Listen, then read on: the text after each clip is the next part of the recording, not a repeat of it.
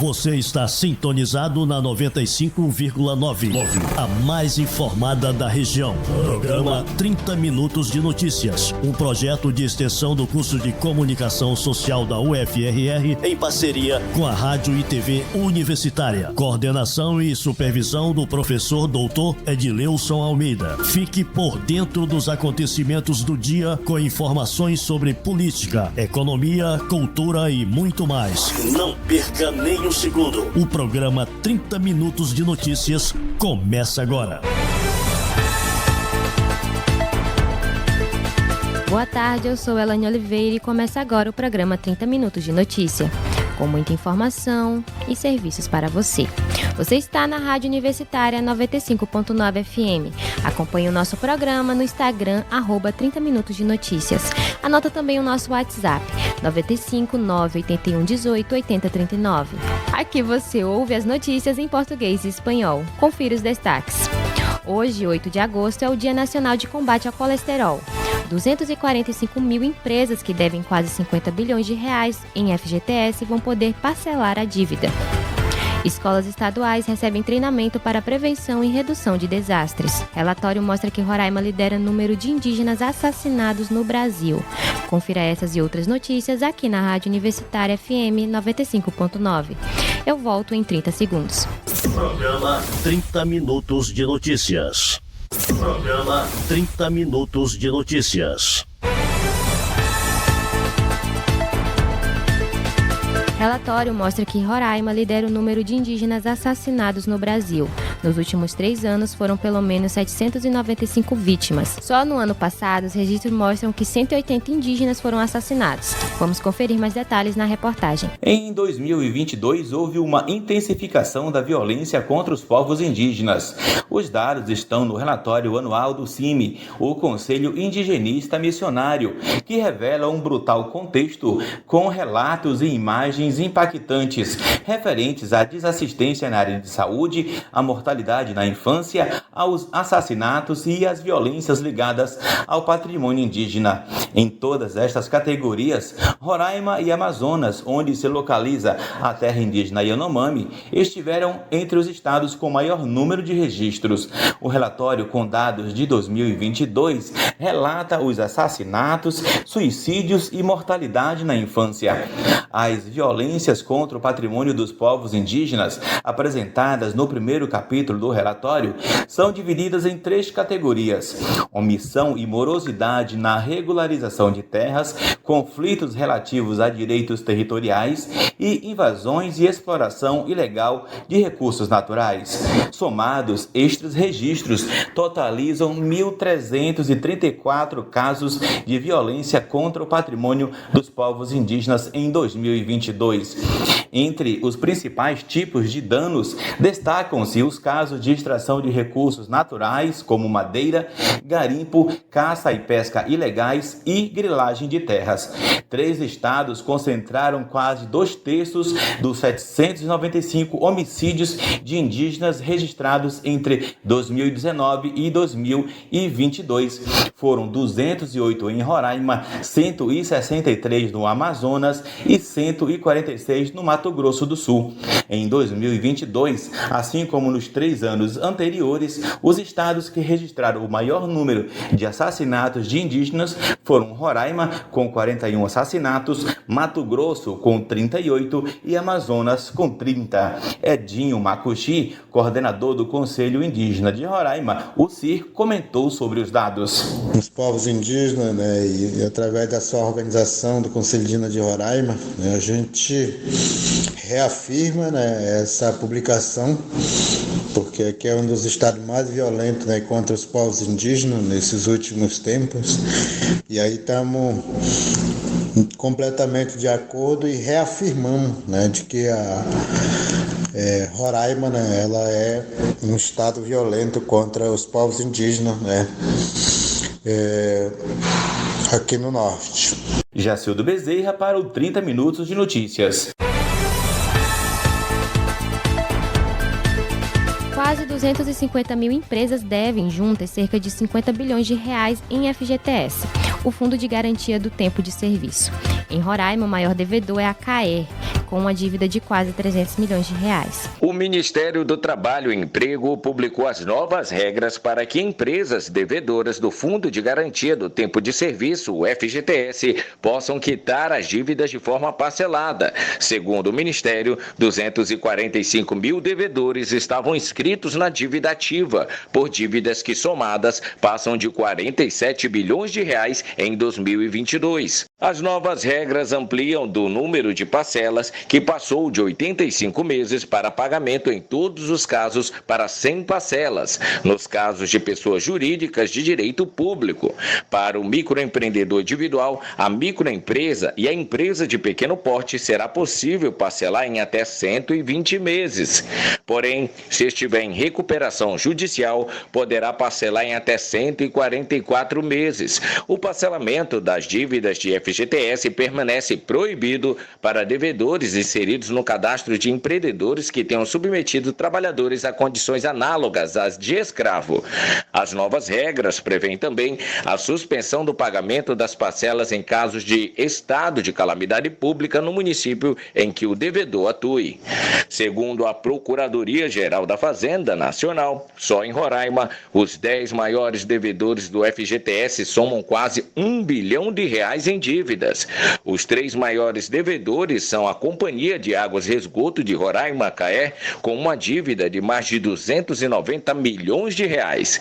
Em seguida, a empresa RS Construções Limitada, que deve mais de 138 milhões de reais em FGTS. E o terceiro maior devedor é a Prefeitura Municipal de Rorainópolis, com uma dívida que passa de 130 milhões de reais. As duas empresas e a Prefeitura foram procuradas pela reportagem. Apenas a Companhia de Águas e Esgoto respondeu até o momento. Vamos conferir o que disse Jame Serrador, presidente da CAER. E assim que tivermos a oportunidade, dentro das condições da CAER, sem prejudicar a sua saúde operacional, tendo um programa de refinanciamento do governo federal, a gente vai procurar negociar esses tributos. Christian Cruz para o 30 Minutos de Notícias.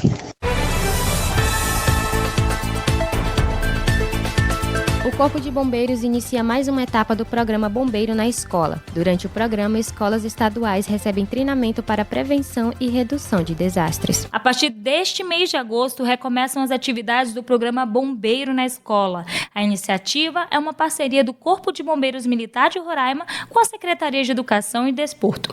O programa orienta sobre a prevenção de desastres dentro do ambiente escolar. Alunos, professores e colaboradores da escola são orientados sobre a forma correta de como se comportar diante da ocorrência de incêndios e demais acidentes que ocasionalmente ocorram no ambiente escolar. No treinamento, alunos e servidores recebem orientações sobre primeiros socorros, como prevenir o incêndio, como utilizar um extintor corretamente. O Major Francisco Assis dos Santos, diretor de ensino do Corpo de Bombeiros, comentou sobre a realização do programa nas escolas de Roraima. Bom, nós dividimos os alunos em 15 turmas, onde dentro dessas turmas nós temos uma turma só com os funcionários, onde receberão treinamento de primeiros socorros. Dentro de primeiros socorros nós vamos ter ressuscitação cardiopulmonar, nós teremos OVASE, nós teremos aí na parte de combate ao incêndio, a princípio de incêndio, né?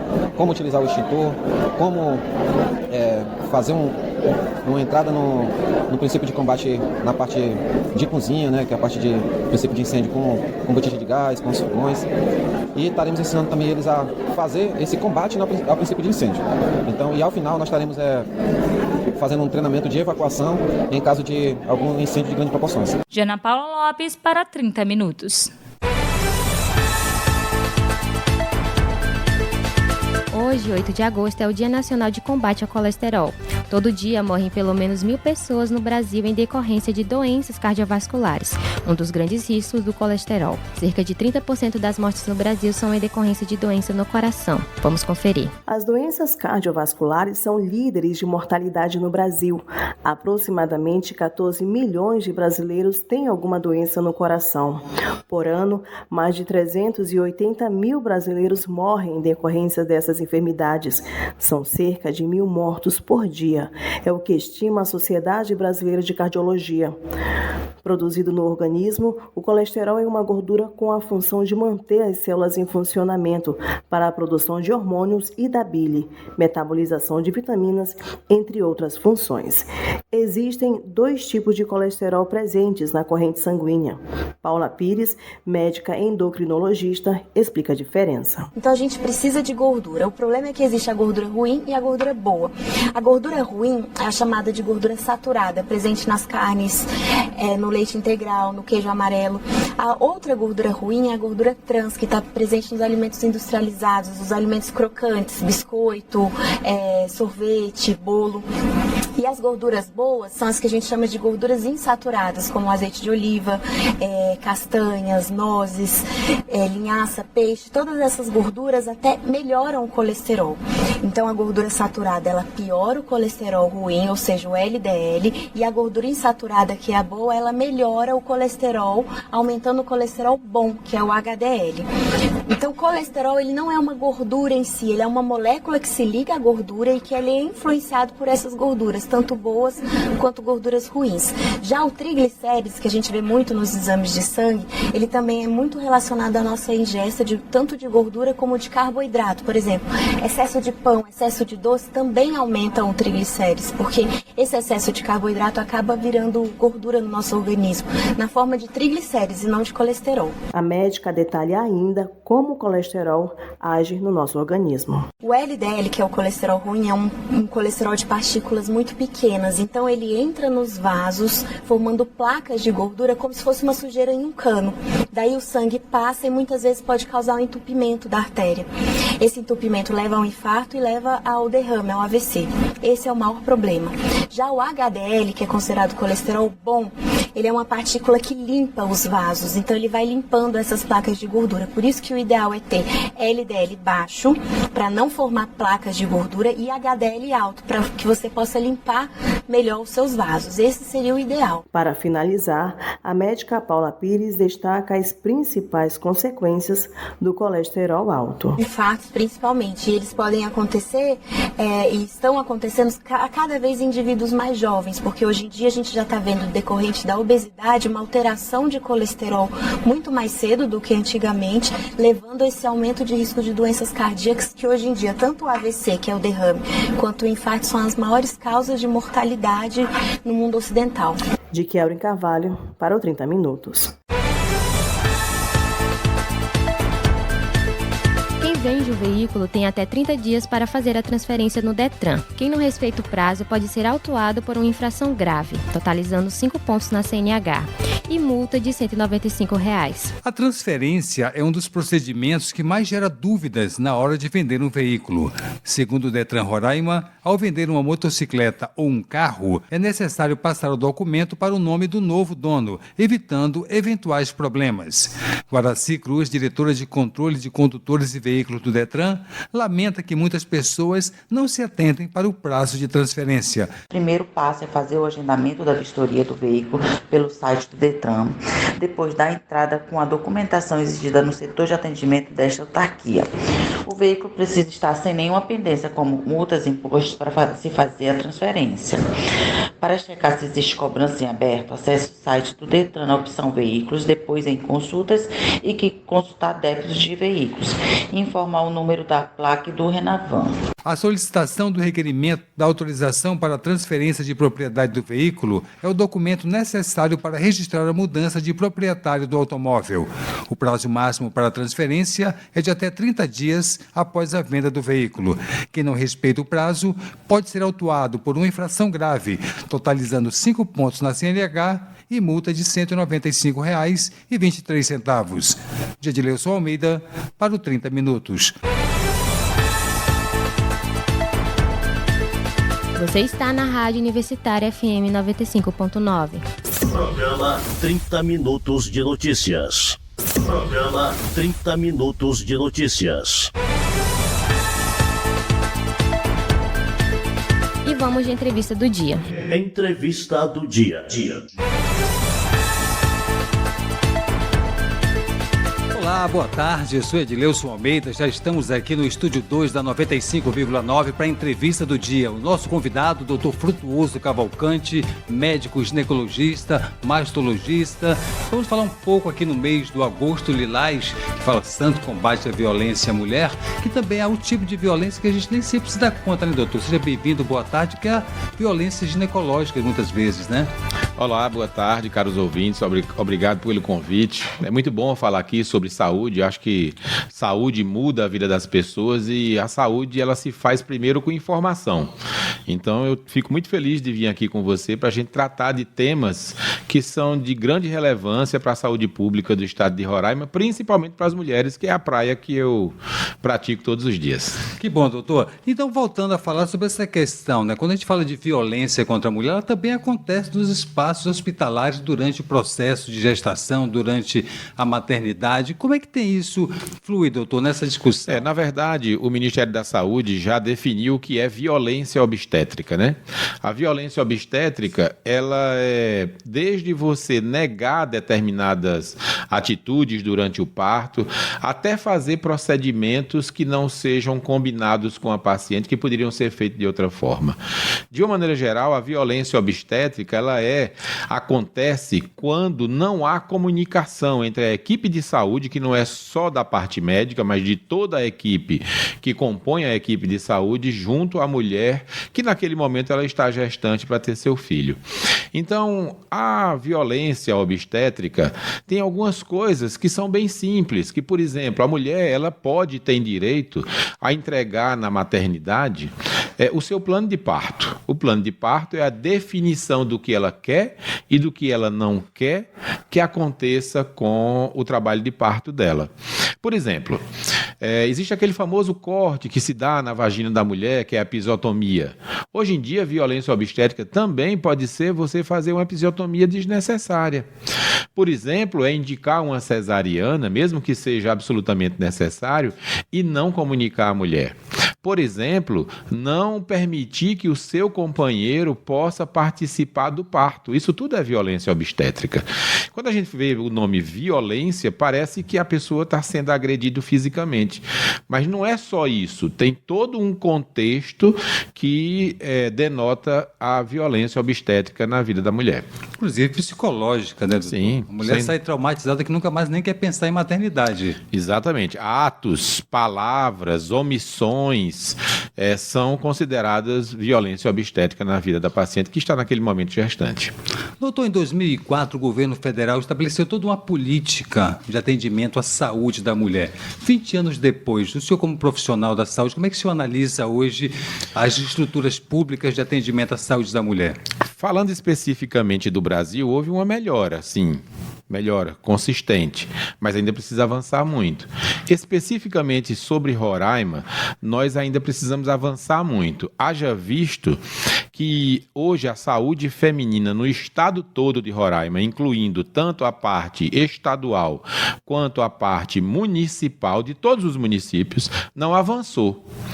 Por que eu digo que não avançou? Quando você vê aqui uma taxa de fecundidade de meninas de 10 a 14 anos, Roraima foi o único estado do Brasil que teve um acréscimo nessa taxa de fecundidade de 10 a 14 anos.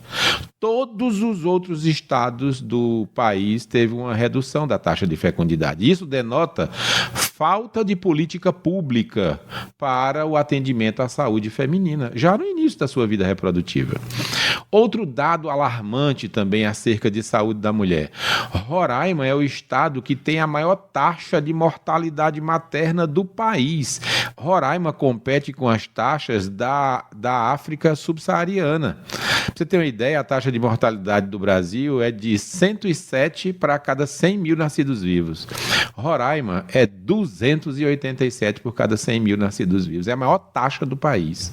Tanto é que agora está vindo uma equipe do Ministério da Saúde atuar especificamente em Roraima, porque os municípios de Roraima e o estado de Roraima não querem melhorar a saúde feminina do estado.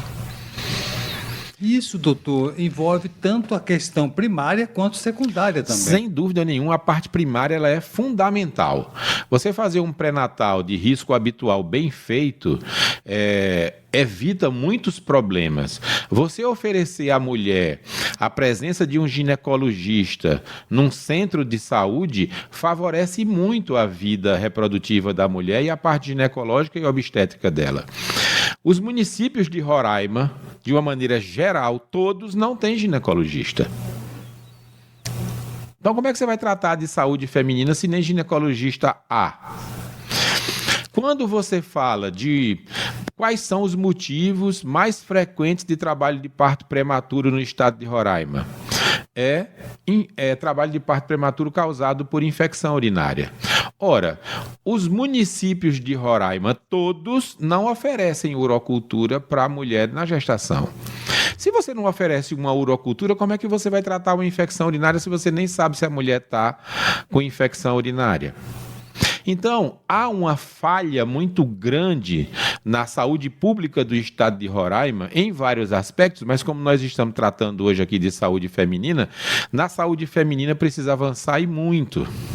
Por exemplo, nós precisamos fazer tratamento de toxoplasmose. Nós temos aproximadamente 88 mulheres cadastradas no SUS com toxoplasmose aguda na gestação, que causa possíveis malformações fetais. Você sabia que nós não temos remédio na rede pública para tratar essas pacientes? Então, há uma potencialidade de 80 mulheres terem problemas com seus fetos na hora do nascimento. Isso era para ter gente preso.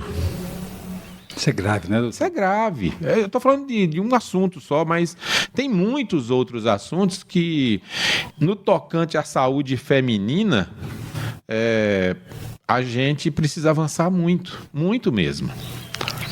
Então é por isso que eu estou aqui muito feliz de poder conversar sobre saúde pública, que é um assunto que me encanta, é um assunto que, se a gente puder fazer treinamento das equipes de saúde continuadamente, a gente melhora o pré-natal, a gente melhora o acesso à saúde pública feminina para essas mulheres do estado de Roraima. E isso, infelizmente, não acontece no estado. É muito pouco o investimento nessa área. Hoje, na tarde de hoje, estamos conversando na entrevista do dia com o doutor Frutuoso Cavalcante, ginecologista, mastologista, falando sobre saúde da mulher.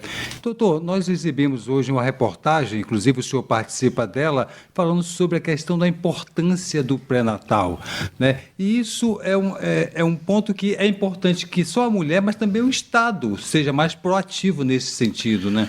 Não tenha nem dúvida. É necessário que o Estado tenha as suas condições técnicas, né? De material, de pessoal, para oferecer para a mulher as condições necessárias para que ela tenha um pré-natal adequado.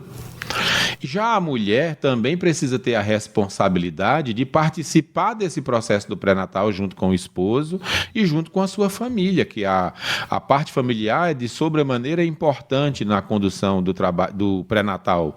Tanto que existe um trabalho que diz que se o esposo não comparece às consultas de pré-natal com a sua esposa, ela tem mais risco de ter trabalho de parto prematuro.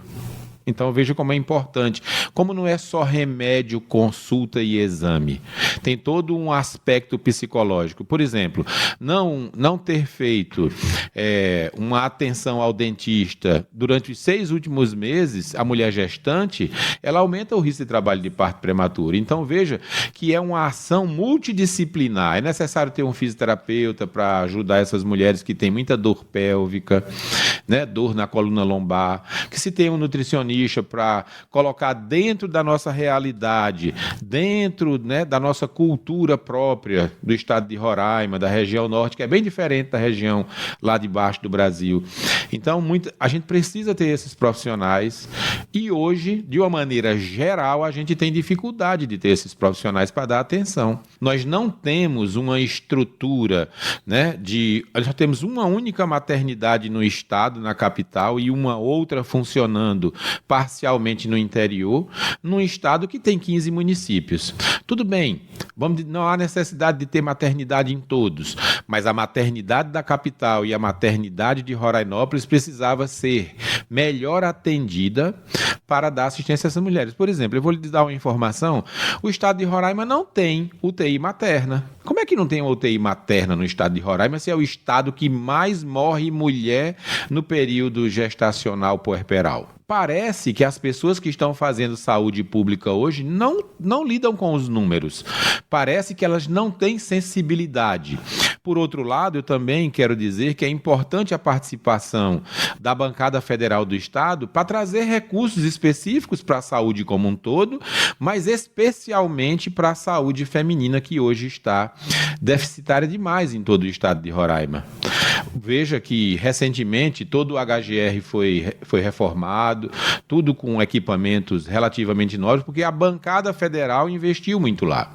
Em contrapartida, na maternidade, nós não temos uma maternidade pronta ainda.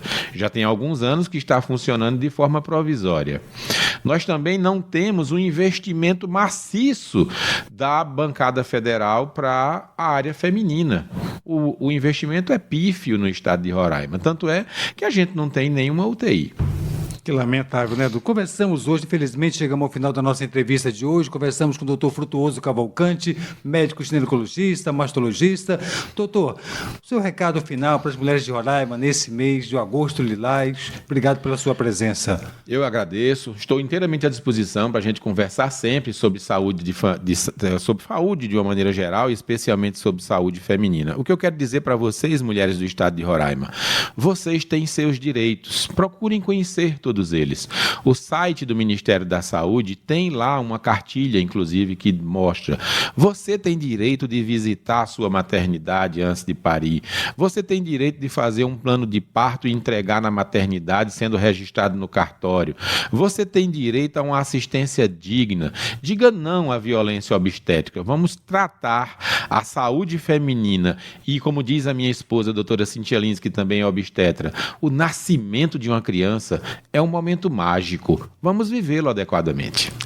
Que deve ser uma boa lembrança, né, doutor? Não uma tragédia. Sem dúvida nenhuma. Obrigado, boa tarde. Eu que agradeço, um grande abraço. Entrevista do dia. E eu também fico por aqui. Mande a sua mensagem pelo WhatsApp 95 981 18 80 39. Confira o programa de hoje no Instagram, @30 Minutos de Notícias. E agora vamos embarcar no voo 959 para curtir a melhor seleção musical de Roraima, sem intervalo. Você está na Universitária 95.9 FM. Até amanhã ao meio-dia. Eu sou Elane Oliveira. Boa tarde. Programa 30 Minutos de Notícias. Rádio e Televisão Universitária da Universidade Federal de Roraima. Administração Josilane Silva, com apoio de Francinete Rangel. Redação de jornalismo Jéssica Nascimento, Vanessa Vieira e Rebeca de Alencar. Acadêmicos de jornalismo Nilzete Franco, Kelry Siqueira, Ildinei Júnior e Raquel Vitória. Coordenação da Rádio Universitária 95,9, Daniel Anderson Oliveira. Coordenação da Divisão Técnica Renato Rocha. Equipe da TV Universitária Canal 2.1, cinegrafistas Felipe Reis e Lacerda Carvalho. Editores Cristiano Rangel, André Tavares e Juliana Barros, também na coordenação da TV Universitária. Direção-geral da RTV, Paulo César Reis da Silva, o Paulinho. Vice-reitor Silvestre Lopes da Nóbrega e reitor da Universidade Federal de Roraima, José Geraldo Ticianelli.